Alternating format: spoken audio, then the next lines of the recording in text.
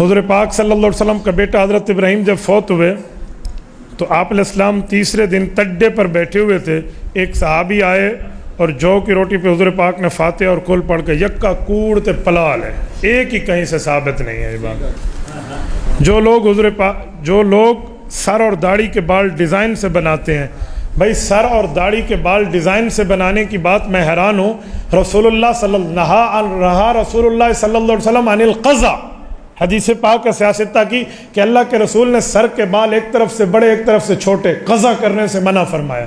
ہمیشہ بال بڑے رکھنے ہیں تو پورے، چھوٹے رکھنے ہیں تو پورے، ایک طرح بال رکھیں. یہ ڈیزائن کی باتیں نہیں ہیں.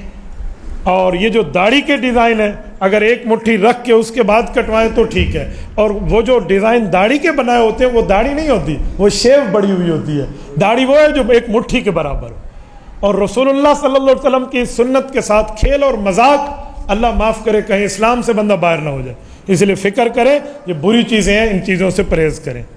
مولانا صاحب جو لڑکیوں کو وراثت نہیں دیتے ان کے بارے فرمائیں. قرآن کریم سورت نمبر 4 سورت النساء، رب کریم فرماتے ہیں کہ جو حصے کھا جاتے ہیں وہ کون ہیں؟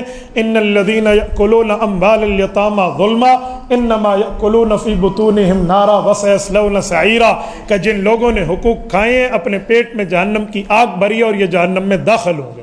اسی لیے وراثت دینا سیکھو. تبارك الذي نزل الفرقان على عبده ليكون للعالمين نذيرا.